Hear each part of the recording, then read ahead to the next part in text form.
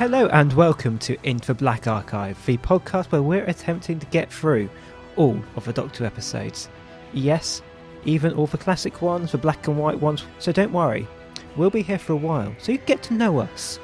And you won't just be getting to know me, of course, you'll also be getting to know our amazing co-host throughout this journey, James Stevenson. This very long journey. Evening, everybody.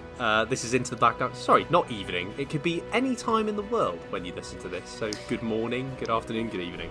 And for us, just so you know why we're constantly mildly on the edge of delusion, we always seem to end up recording this at 11:30.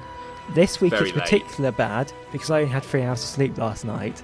So who knows what I'm going to end up editing out of this tomorrow morning. We're going to be on the edge of sanity this evening, much like we were 2 episodes ago, but for different reasons. Because we're both tired. We've had very busy weeks. Owen, as he said, has been at work 6 in the morning. I put this big edit out on Monday, this big project, and I'm still kind of recovering from that. So we're both on fumes a little bit, but you should enjoy the madness. Yeah, it basically means the more you listen to this, the more madness we're going to go, and by the end of it, you can probably hear us just snoring in our chairs. But before we get to that stage, we are reviewing episode 5 of season 1 of Doctor Who, the Aztecs. Although it's actually episode 6 because we lost one of them, but yes, it's the 5th one that we have, so that's why we're calling it 5. Yeah. Before we get into any of that deep stuff about the episode, so we record these normally on a Sunday, which means in the UK we've just had one of the big blockbuster dramas, probably the best of the most popular ones in years. I think its debut last year, season 6. Season 6, yeah, got 10 million views on its opening night. It was the most popular drama in 7 years. Line of Duty. Do you watch it, James? It's a big show, isn't it? I have to say, Owen, I don't watch Line of Duty. I feel very much in the minority of people these days that don't, because it seems like everyone does now. As a screenwriter, you don't watch Line of Duty? I'll tell you why. Because Line of Duty came out a few years ago, and it wasn't initially on my radar, and it's been kind of a sleeper hit, hasn't it? It's only really reached... It was initially on BBC Two.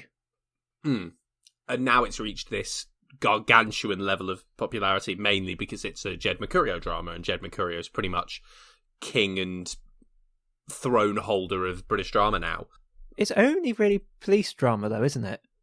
Yeah, but with the viewing figures both this and Bodyguard have got, it doesn't matter what genre it is. This is absolutely huge numbers, especially today. I mean, getting 10 million for anything in the UK is rare, even if it's like a big sporting event. Like the FA Cup final doesn't get 10 million viewers, and I think this police drama does. I think even classic Doctor Who, when it was only 4 channels, rarely got 10 million. Yeah, and that was in an era where more and more people watched television, and we didn't have Netflix, Amazon Prime, and YouTube to distract us. We didn't even have Sky or satellite channels or anything like that. They just didn't exist. Yeah, this is 10 million viewers for a drama is an astronomical number today.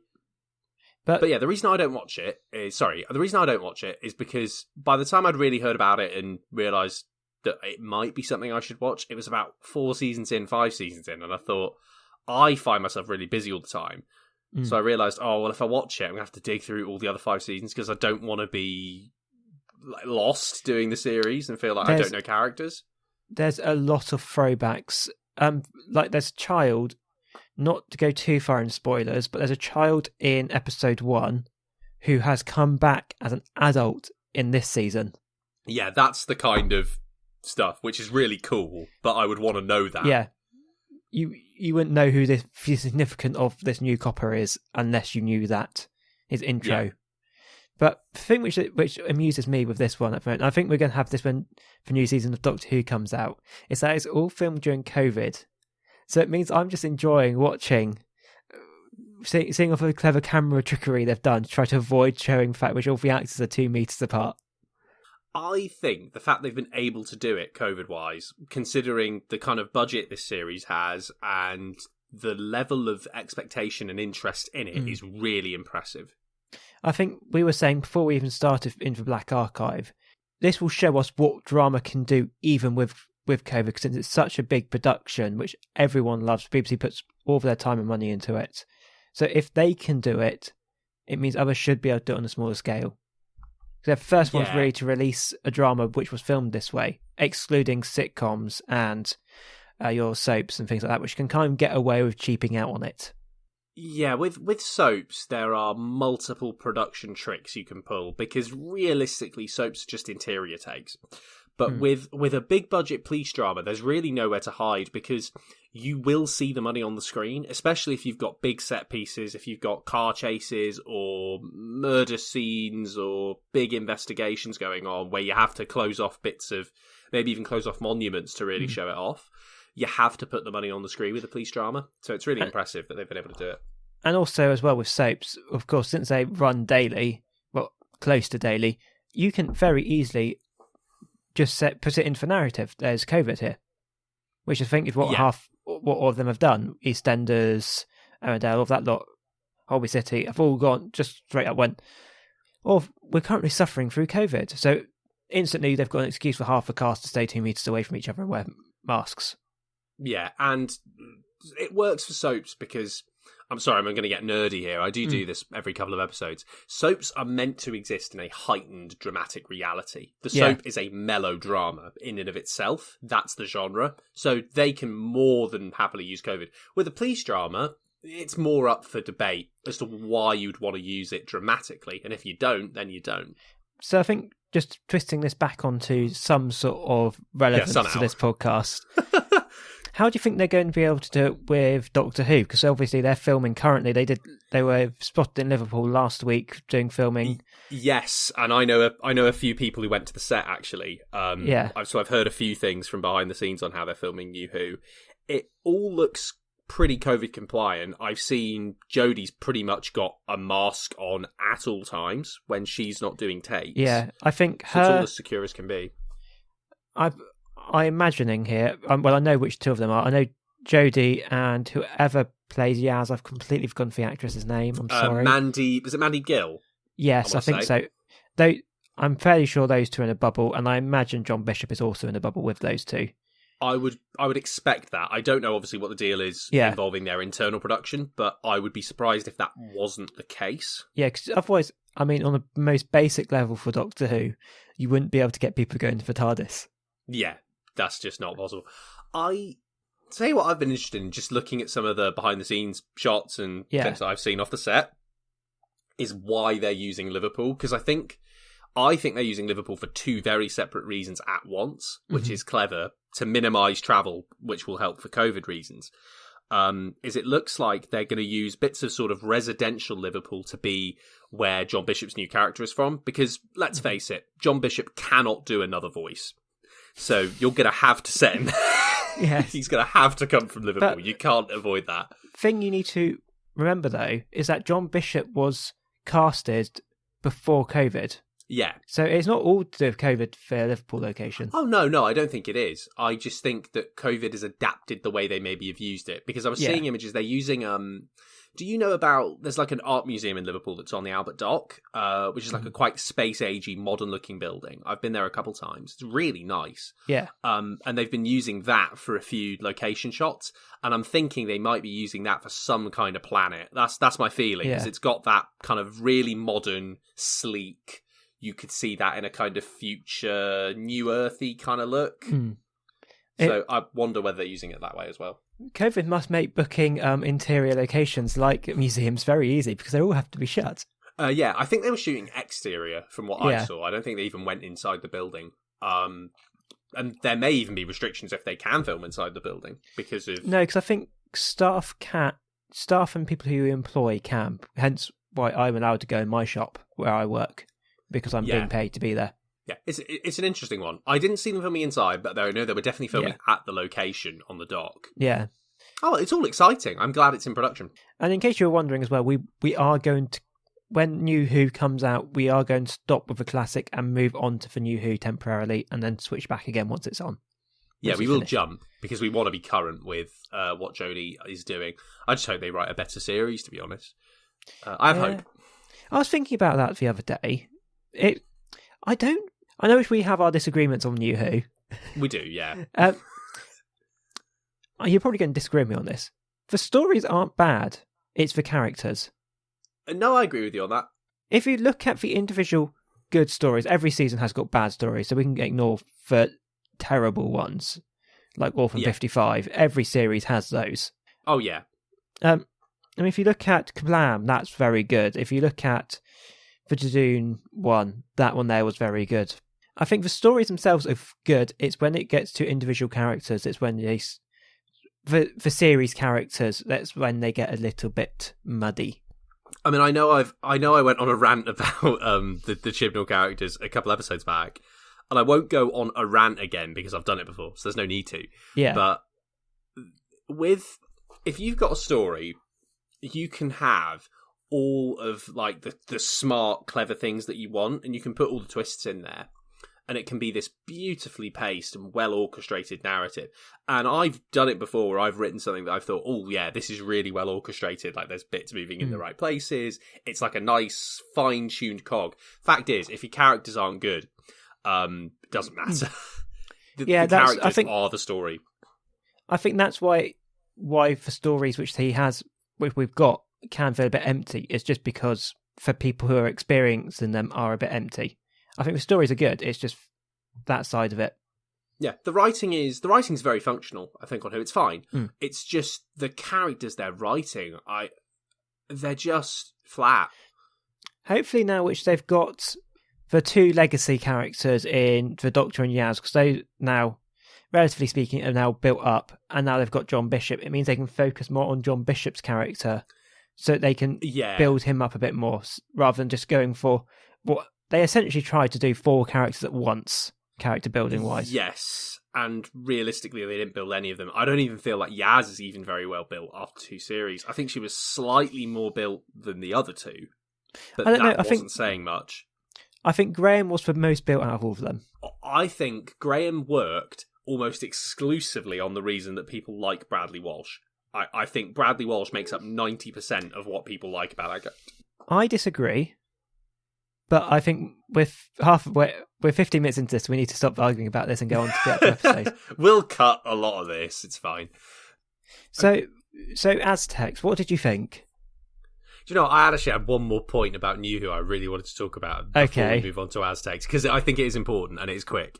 Because they're bringing in John Bishop as a new character and they've really only got one to introduce, I honestly feel like he's going to be make or break for Chibnall now.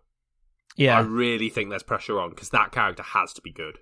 Yeah, because he's got no excuse now for there being an overfilled TARDIS, which he needs to completely write from scratch.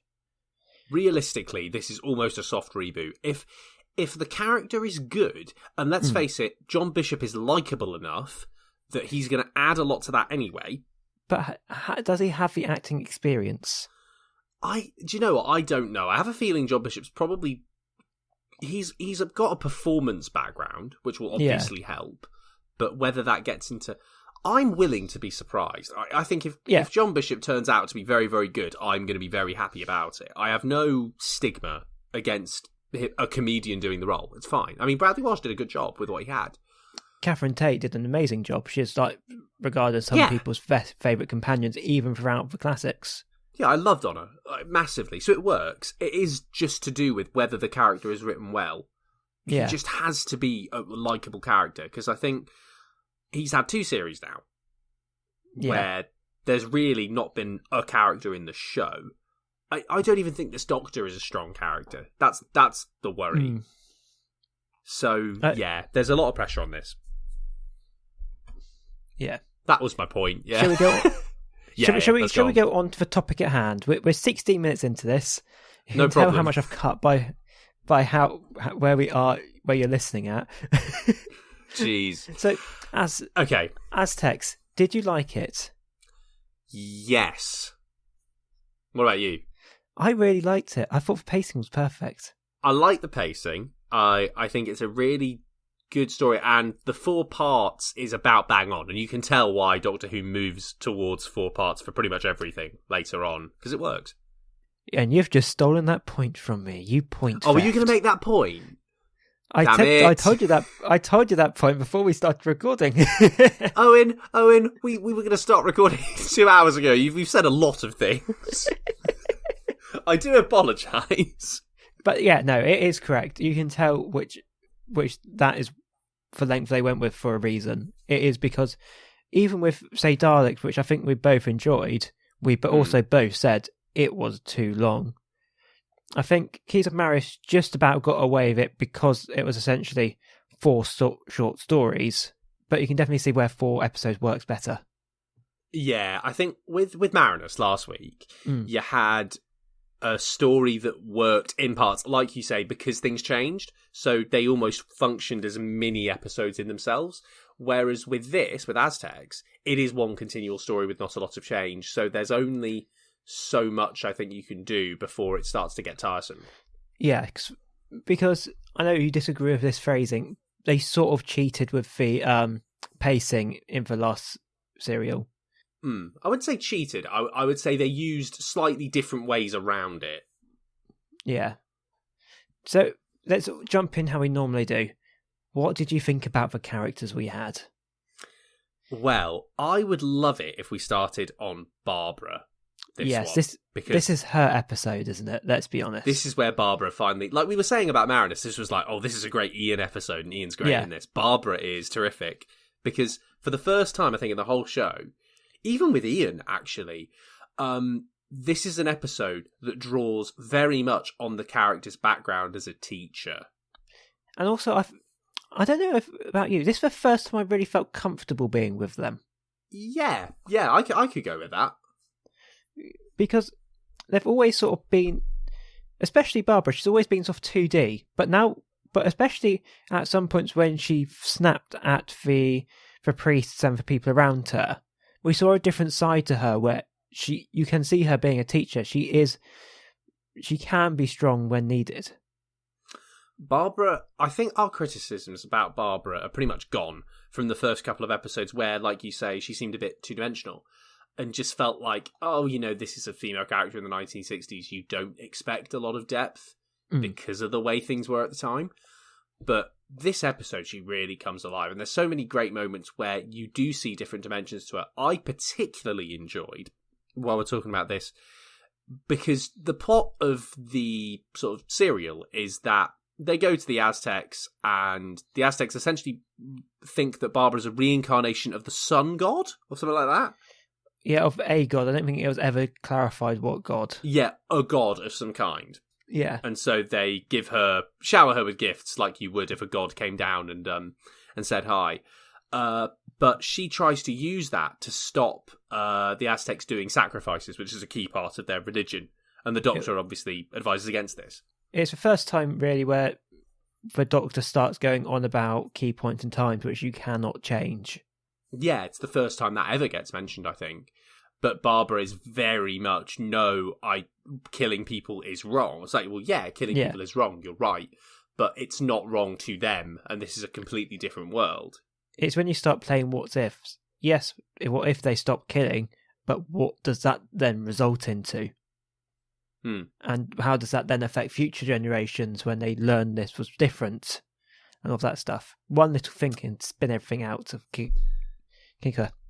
Yeah, but that was when I really enjoyed Barbra, was when she was saying, no, I can't not do that.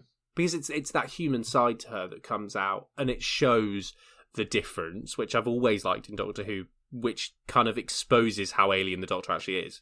Yeah. However, I've just thought of this. Ian sort of like, we've said, particularly in Daleks, Ian's sort of like the ethical person about it all. Did it feel like he cared enough about people dying? In this episode, I feel like Ian was a little bit blindsided. I mean, he had his own story. He ends up being trained as a warrior. Yes. Which is an interesting one for him, with Ixter. But that feels like a kind of real side plot, and he's not getting involved in the ethics too much. He's just trying to do his role in the job for the team to get out of there. And then when it comes to the Doctor, he essentially spends the entire episode romancing a woman. I'm not going to put it any other way, because that's essentially what happens. Well, I wouldn't say he's the one that does the romancing. He meets this lovely, lovely woman, Kamika. Yeah. In a sort of garden area where older people in the civilization are just sort of put to not do much and wait for death, basically. And he meets her and they chat. They impart knowledge. That's a good way of putting it. They impart knowledge. I'm going to use that in other contexts now. just someone says, "Oh yeah, I've been chatting to somebody. Oh, that's nice. Did you impart any knowledge?" Exactly. Copyright Owen Cranston. Didn't impart any knowledge. And what ends up happening is, the doctor's very, very nice. He thinks she's a lovely lady, and so do we. But she has slightly different views of our Will, and ends up giving him a love potion, and he takes it, which is a sign of a proposal. Wasn't the love potion, though, essentially a hot chocolate? Basically, yes. It was just, cocoa beans, very nice. You could drink that. It's hot chocolate love potion is what it is. And by taking it, he proposes to the woman, which he did not intend to do. So essentially, if an Aztec comes up to you with a hot chocolate, make sure you refuse. Yes. Now, hot chocolate is lovely in most other contexts. Actually, I say that. I'm not the biggest fan of hot chocolate, and I don't know why. But, yeah, just don't take it from these pyramid folks, because they will put you into a binding love contract, and you don't want to be in that. Yeah. Unless you want to. Another person who got entered into a binding love contract nearly was Susan. Now, let's chat about Susan, because she effectively has the least to do. Do you know why? Enlighten me, because I'm quite interested now you said that.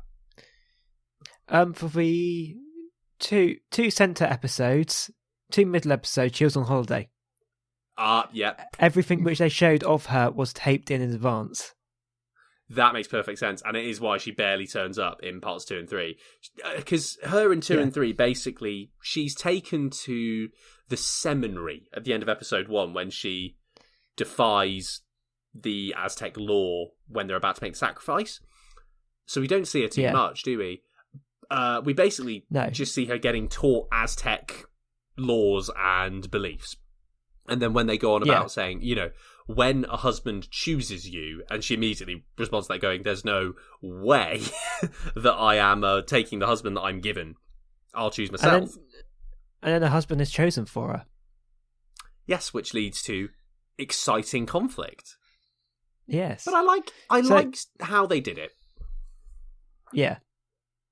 I think Susan came across really strongly in those bits, more so than she did maybe throughout the entire of Marinus, where she really just sort of had a job to scream for a lot of it. Yeah. Less screaming from her this time, that was nice. We're 25 minutes in, so we're massively running over, but we can ignore that. Yeah, we'll edit. Let's go into the plot. Was there anything which you really wanted to mention? Actually, we haven't even done a summary yet. Oh my word, Owen! Yeah, this is what happened. This is what happens when we're half asleep. When we're delusional on the night that we record this. So, Owen, according to Black Archive tradition, what happens in the Aztecs in 60 seconds? Go. So, for Doctor and his crew turn up on an Aztec pyramid, temple burial type place. Barbara puts on a bracelet where she then gets mistaken to be a god. She's then given loads of treats and what else happens? This is unbelievable. There's a sacrifice going on. They attempt to perform sacrifices for her, but she refuses, which gets them all into a lot of trouble. Ian becomes a fighter where he somehow is very good at fighting, and a fighter who's been training for many years. The Doctor enters into some sort of marriage agreement. Susan enters into some sort of marriage agreement. There's lots of killing, and almost killing. Lots of it nearly stops. Can the Doctor and his crew get out in time by going for a sewer? That is a terrible summary, but what I find impressive is that whole 100 minutes of the Aztec serial is essentially 4 people trying to figure out how to open a door. this is something which I was going to mention to you. Have you noticed every episode so far we've had, they've never been there willingly. That it's always trying to find a way to get into the TARDIS and take off. Yeah. They don't have any sort of urge to adventure like we do currently, where they go into these areas and then solve problems. There's more, they land and they get screwed over and then they have to try to solve a problem. You just have to wonder, these folks who now seem fairly fine with travelling, have they slept yet? They did in our favourite episode. Oh yeah, they did, but not very much. I mean, what? They got picked up in the middle of the night back at the start of this series. They haven't had much time. They're popping around from planet to planet. Actually, no, they did show Ian sleeping in this episode. It's lots going on. But you are right in saying that. They just kind of get stuck. It almost makes you think, did they ever go anywhere for nice reasons? Or did they just turn up and go, well, how are we getting this time, lads? Yeah. Because I think, first one, they obviously run into issue with cavemen. Second one, for Dalek steal away thingy, which the TARDIS needs to take off. What's the next one after that? We have the Edge of Sanity. Edge of Destruction, where they're essentially just stuck in the TARDIS anyway. Then we've got Marco Polo, where we didn't cover it, but I have a rough idea of the plot. The TARDIS essentially gets taken by a Chinese warlord, I think. Happens a lot. And then we had Keys of Marius, where the TARDIS is placed inside the force field. And then we have this one here, where the TARDIS goes into a tomb and they can't get into the tomb. Yes, the TARDIS is stuck in a tomb which they can't access, which just leads basically okay. But I mean, the Doctor, while he's romancing, is trying to secure information about how the tomb was created, if there are any trapdoors in sewers potentially. But now we've got in there. Let's talk about what happens in order. So they get in. Not Sandra.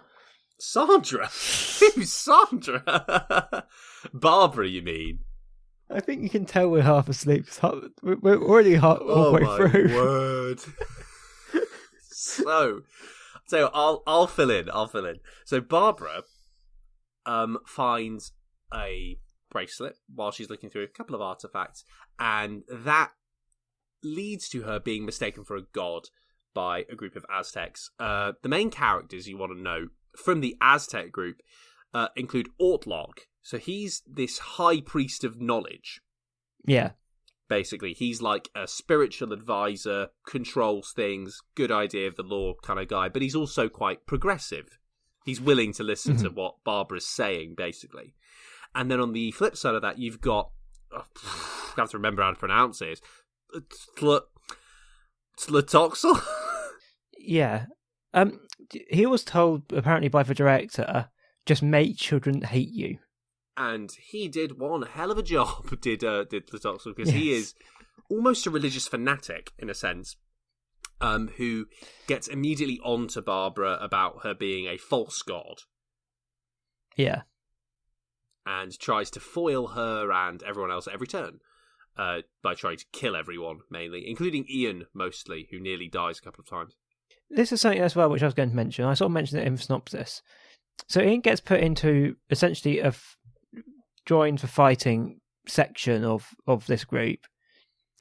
How the hell did he manage to...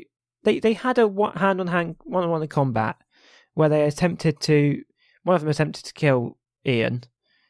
Ian surprisingly held his own. He's supposed to be a science teacher. Now, the reason I'm going to let this slide is that you can always use the classic example of, but Ian knows modern fighting techniques. But either way... this other guy's been training for 6 years. He's going to be stronger. Yeah, it was a sticking point in this episode. It's one of the things I do have against it, which is, do you really expect me to believe? Ian has shown he's got a bit of macho-ness about him. Yeah. That's fine. But it's a big leap to suddenly say, Ixter has been training for 6 years to be in command. The whole thing is that he's in command. The next thing you know, school teacher from the 1960s arrives.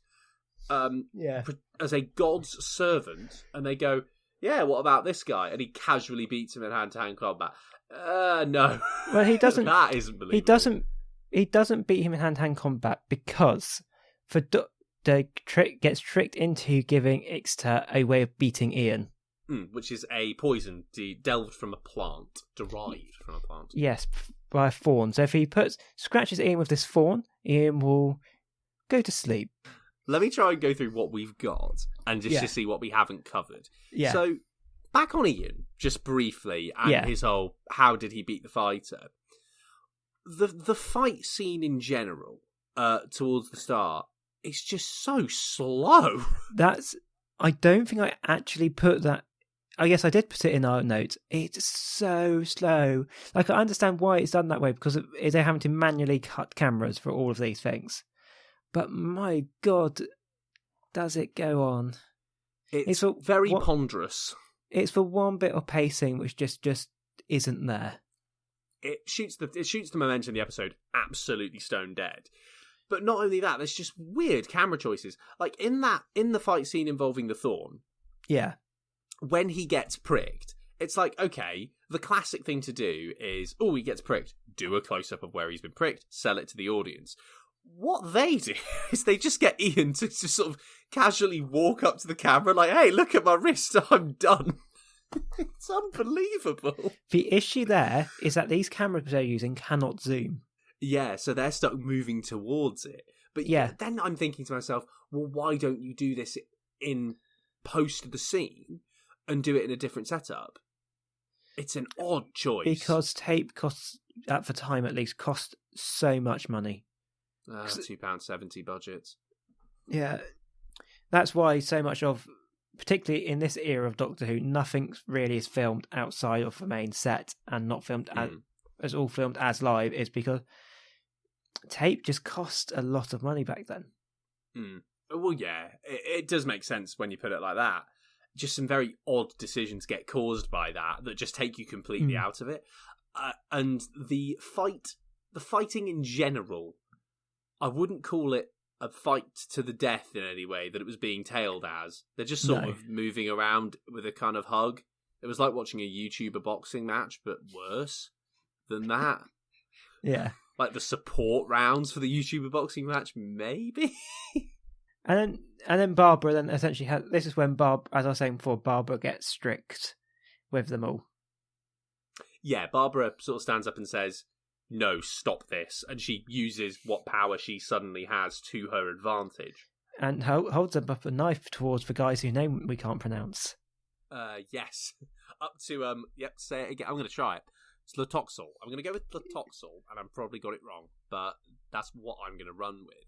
Yeah. And this is where I just like Barbara throughout the whole episode, because she adapts to the situation very, very quickly and uses the knowledge that she has. Mm-hmm. And that's really impressive just from her character. She's adaptable, and that gives her a whole different dimension. I think she was starting to show it, particularly in Marius, I thought was the best she'd been, but this is way above. And also as well in Edge of Destruction as well, because she was the one who sort of started to realise what was going on first. She is becoming very strong, and I'm starting to like definitely Barbara and Ian. Susan, I'm still not sold on, but there's potential there. This is probably going to be an unpopular take. I can see why she was her first companion to leave. Yeah, you can see why she gets next, because she just... Do you know what she really does? Because she's so young, and they set it up like that, she ends up becoming a bit of a liability for the other characters. It always seems to be, oh God, Susan's here, or oh, we need to take care of Susan in this situation. And it kind of holds the narrative in a tighter lock when it might want to be freer. She always seems to be in the way. Yeah, that's exactly it. She's like a liability rather than an active character like Barbara and Ian are. Even in this, it isn't helped by the fact that she wasn't around for the middle 2 episodes in this story, though. True. But even in 1 and 4, she doesn't do an awful lot. She's kind of, Barbara makes her a handmaiden to protect her. And, in the final episode, she's basically going to be sentenced for not agreeing to marry some guy by having her ears and her tongue pierced with a thorn, which is proportionate. It's very Thronesy. So towards the end then, because I think we've covered the main points, haven't we? In a very even for us, we've gone all over the shop. What did you think about the ending? It's it's one of those very suddenly neat in a bow endings that I think a lot of these Who episodes have had, where they're kind of like, oh god, we actually need to rush to the end here, and so they come up with a convenient way to just get it done. I think strangely though, yes, that is true, but I feel like this one here pays off. I think it's well set up, more so than the other ones are, because of Ian being in the other costume. So that is actually a pretty good twister when he's in there.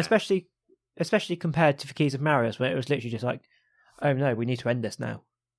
Yeah, and even Daleks to an extent, where everything seems tense, and then all of a sudden they figure out a way and they just turn them into bumper cars. I enjoyed the way it was set up, and because they'd laid all of those parts in, particularly in episode 4, quite nicely. Yeah. So when it happened, it was quick, sure, but it was quick because we'd already done that groundwork. So you could do it and get away with it. So it's a good bit of writing. It ends quite nicely, neatly, and doesn't feel messy. And it's probably got the best thematic ending in the sense of Barbara gets kind of a lesson about time. Yes, I feel like Barbara got told off, essentially, didn't she, for trying to change things that all going pear-shaped. I wouldn't say told off. I would sort of say, look, it was more of like you can understand why, but this is just why that doesn't work. And that's okay, because you did save one person. So your efforts weren't for nothing, but you can't achieve what you wanted to fully that way. Yeah. You can't mess around with that stuff. One person can't change an entire culture. Yeah. And one person shouldn't have that much power either. I think that's another key thing. I mean, it's been a key thing throughout Who that one person should never have too much power. But we just give it to a doctor. This is why I didn't like... Do you remember... I know this is a huge tangent, but I'm going to run with it because it's an interesting conversation. Do you remember in the Moffat days when they did season 6 and they were doing that whole arc about the entire universe being at war with the Doctor or something? And there was Madame Bavarian. My entire memory of season 6 is extraordinarily fuzzy. It's the one with the silence and the astronaut and the lake. Oh, the silence just confused me, and that's where I started floating off, I think. I quite liked the silence, but they were always like a Weeping Angels rip-off, really. It was just like, well, how can I do the Weeping Angels again? Well done, Stephen. But yeah, they did like this whole arc where it was just like, the word doctor used to be a healing word, but now it means warrior because we're at war with you. You're too bad. It's like, what are we doing? Why are we doing this? Like, that's at the point where the Doctor can have too much power and it affects the show badly. You have to have the Doctor, I think, just as, powerful, but responsible with it. Or, if you're going to do it, actually make him a twat, like they did with Tennant in Waters of Mars when it really works. Yeah. Needs to be more witness, doesn't he, really, rather than interfering. Yeah, the Doctor doesn't work as an interferer because I think it just looks like, oh, this lad really is gallivanting about. You have to put him in a position where he's powerful but effectively powerless, and that's where a lot of the good episodes work, is in between that. Yeah. So, going back on this episode, since we're massively overrun. Oh, yeah. Out of 10, what do you give it? I'm going to give it a 7. Nice, decent 7. I enjoyed it. I was going to give it an 8, which is unusual because you normally go higher than me. Yeah, I do. I really enjoyed it. Yeah, I enjoyed this one. The reason I give it a 7, before I ask you why you went a little higher, is that some bits of it are a bit unbelievable. There are occasional bits where the pacing flags, like that fight scene. Sometimes as well, I think the script gets very bogged down in this kind of way the Aztecs would speak, which is what they've really just done, is gone, I'm just going to say sentences in ye olde English and have that as, well, they're from the past now. Just loads of sentences like, and so it was, let it be so. Where you're like, well, I'm lost. You're just saying words to sound posh. I put it as 8 purely because it kept me engaged all the way through. The pacing was right for me. It did flake a little bit with the fighting, but other than that, I felt like it was all right. Oh yeah, I agree with all your points, to be honest. I totally agree with everything you're saying about it, and I like the 4-episode pacing a lot. Yeah. So I think that's the end. I think that's the end of this extraordinarily all over the shop episode. I apologise so much in advance. Not in advance, because you've already listened to it all. Yeah, you apologise so much after the fact. I apologise after fact by fact, which this has just... I know we normally go through weird paths, but this was on a different level. We were flying about, lads, but not to worry, because next week, I hope we'll be slightly more on the beaten track, because we will be doing the final episode of the first series and talking about our impressions of the whole series in general. Yes, so that for you, though, will come out in 2 separate weeks. Yes, the reason I've said that is we're recording them on the same and then we're having a week. And then we're having a week off recording, so we can have a break, because we're both tired, as you can tell. Yes, we've both been very, very busy with other things. Owen, is there anything you want to plug before we go?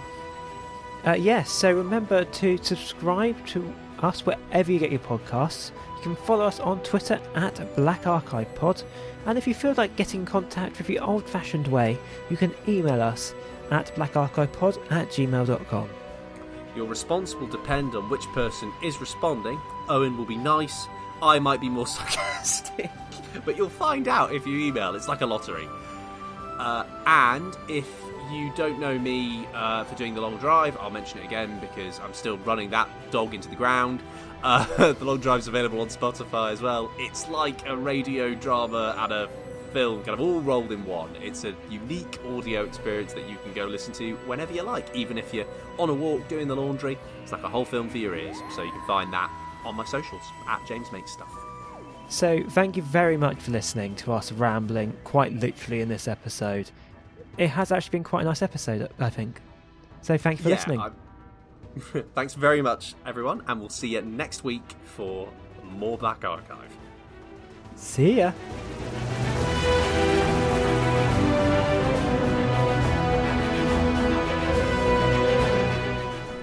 Congratulations, you've made it to the end of time. Well, just this episode, really. It's not that dramatic. But thanks very much for getting here. If you've liked what you heard, you can get in touch with us on Twitter at blackarchivepod or via email at blackarchivepod@gmail.com.